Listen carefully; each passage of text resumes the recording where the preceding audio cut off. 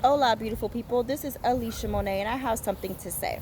So, given that the whole world has been mandated to wear, just about mandated to wear a cloth mask, I just wanted to come on and share some research with you guys on making the best type of cloth mask that is going to be the most effective to protect you and your family. Number one, first of all, you want to make sure that you have three different things. You want to make sure that it is breathable, you can breathe through it. You want to make sure that it is wearable, meaning that it is comfortable to wear for long periods of time. And you want to make sure that it is effective, meaning that it's actually protecting you. Now, the recommended fabric is cotton, 100% cotton, because it's breathable. So, I mean, that's 100% cotton. If you have a cotton blend, that's great. And the best amount of layers for that is going to be 8 layers. Unless you have a filter in which 4 layers will be just fine. Okay? The thing about cotton is it's a woven fabric, meaning it goes like this. So, no matter how much you layer it, there's still going to be any itty bitty tiny holes in it. And the virus is 0.01 microbes. I think I'm saying that right, microbes. Anyways, meaning that it can get through that. So 8 layers is the best effectiveness if that's all you have. And like I said, if you have a filter, even better. So, which leads, another thing you could do in case you don't have 8 layers or 4 layers and a filter is you could use interfacing. There are so many different types of interfacing. You got to make sure you get the right one, because I've been over here experimenting like a damn scientist. And if you're going to get interfacing, you want to make sure that it is non-woven, meaning we talked about the woven, like the cotton. Non-woven means that it's not, there's no little holes in it because it is fused together, okay? But even some that are fused together are super lightweight, and water or mist, like if somebody sneezes, can go right through it, like this one here. See, this goes, can you see that? Can you see how it goes? No, you can't see because it's windy. Anyways, it goes right through this, and that's not going to work, right? So if you get interfacing, you want to make sure that your interfacing, I don't know where my other interfacing went. You want to make sure that your interfacing is non-woven and fusible. Great. If you can fuse it, then fuse it to your fabric, meaning iron it on. And that will be great, because this basically, if you get the non-woven kind, and I have a list, I'll post a list or a link to a list that tells you the type of interfacing that's good for the mask. So you basically put a protective layer, you iron on a protective layer onto your fabric so that no liquids can get through it. So that's good.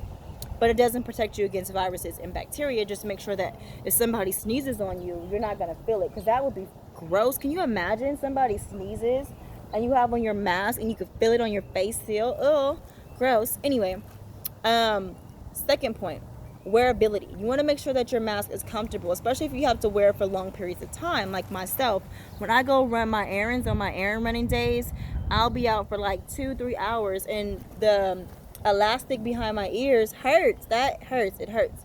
So some alternatives to that is to put the mask above the head, or like have a strap going up, elastic strap going up, an elastic strap coming around the back here. That's a thing. Or you could use straps. You can make straps. You can just fold your material, get a 1/2 inch of material, fold it. You can either fold it twice or fold it once, sew that up, and then attach it to your mask. You can make it like a headband to where there's one, or you can make it into 2. So one goes above your ear and one behind. You could just tie it yourself so it's adjustable. Those are going to be far more comfortable than elastic around the ears, because that hurts after a while. And with the adjustable ones, you could pull it as tight as you want to pull it so that it fits super duper tight. Okay, so we got that. Now, effectiveness. We talked about the layers. Now let's talk about filters. All right. So a lot of people are using vacuum cleaner bags, which is great. You could use that as a filter. Some people are using it even to make the mask. The only thing with the vacuum cleaner bags is you want to make sure that it's not made of fiberglass. You want to make sure that the vacuum cleaner bag that you use especially if you're going to put it directly on your face, it's not made of fiberglass, because that's little bitty glass particles that you're going to be inhaling, and your lungs are going to hate you for it.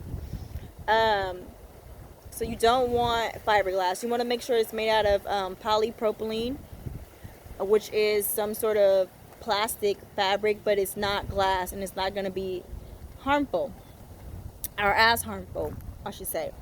Another thing is, if you only have fiberglass vacuum cleaner bags and you want to use it as a filter, just make sure that you have 2 layers of fabric between you and that filter in that vacuum cleaner bag. So if you're going to have a filter, like I said, make sure there's 2 layers of fabric in front of you, and then put the vacuum cleaner bag here in front of that.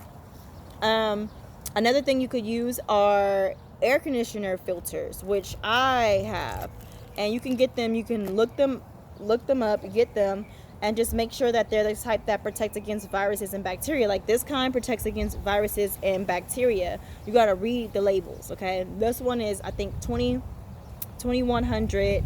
It's a Filtrate brand, and it protects against viruses and bacteria, mold, all kinds of stuff. Oh, look at here, a ladybug. Hi, ladybug.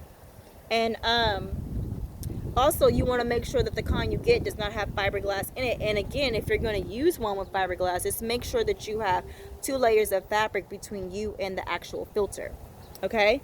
So this thing comes in like a rectangle shape. It has cardboard all around it, and it has like this iron or like metal lattice system.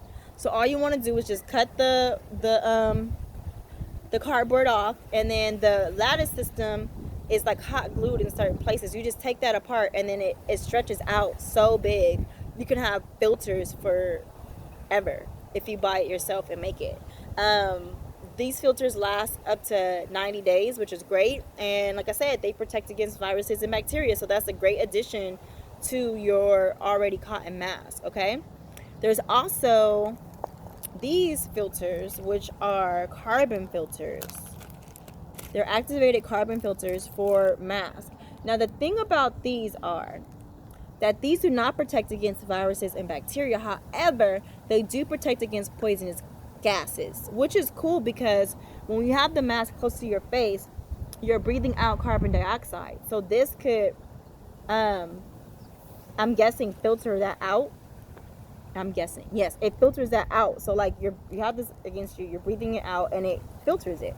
So it basically recycles cleaner air for you while you have on your mask. But it's not going to protect you from bacteria or viruses. So that's the thing. But they're good to if you're going to be wearing your mask all day. So that's what I have for you guys. If you guys have any other pointers or tips, I'm learning as I go, and as I learn, I think it's important to share with you. I was prompted to do this video. Spirit led me to do this video because I was seeing a lot of masks, and I saw a crocheted mask, and I was in the store today, and I saw this like 1 layered mask, and I'm just like, this is not protecting anybody. Like, people need to know, like, it's cool and all to be cute, and it's cool to get a mask for the sake of having to get a mask, but you want to make sure that it's effective, or else it's pointless. You might as well not be wearing one. All right? Another thing, because while we're going through this whole situation, 5G has been springing up, and like the EMFs and like 5G towers are going up everywhere. People are working on 5G while we're all in the house. I don't know. I don't want to get into conspiracy theories, but I do have something that can protect you from that. I don't have something, but you can get something. This here, these are Shungite stones. And Shungite stones protect against EMS. People used to use this in ancient times to purify their water.